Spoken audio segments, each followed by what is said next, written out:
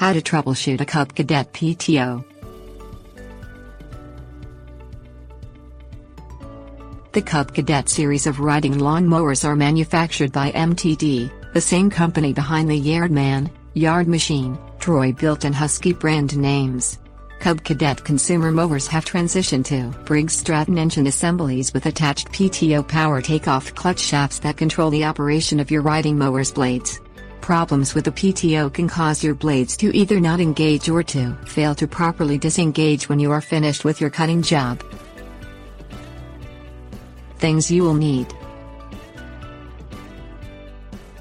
wire brush, cloth, filler gauge. Park your Cub Cadet lawnmower and cut the engine. Open the Cub Cadet lawnmower's engine cover and remove the ignition wire from the spark plug on the side of the engine assembly.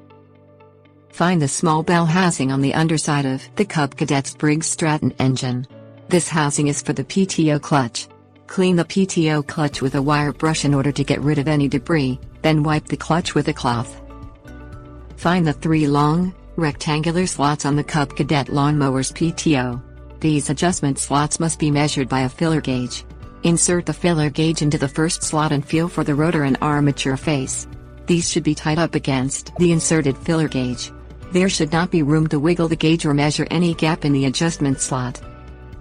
Take a socket wrench and tighten the bolt on the first adjustment slot if the filler gauge detected there was too much room within the slot. Continue tightening the slot until the rotor and armature can be felt pressing against the gauge.